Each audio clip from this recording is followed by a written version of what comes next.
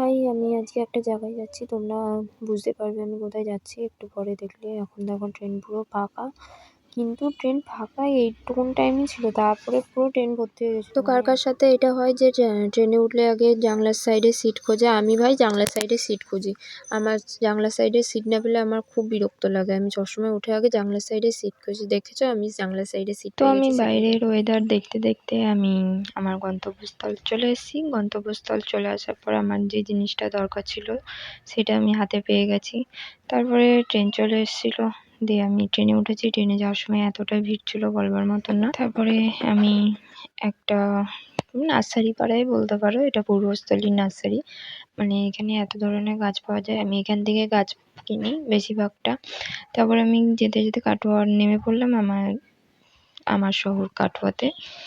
তো যাই হোক, আমি এবার বাড়ি যাব। আমার এই সময়টা এতটা শরীর খারাপ করেছিল যে আমি আর পরে কোনো ভিডিও করতে পারিনি। তো আজকের জন্য ভিডিওটা এইটুকুনি।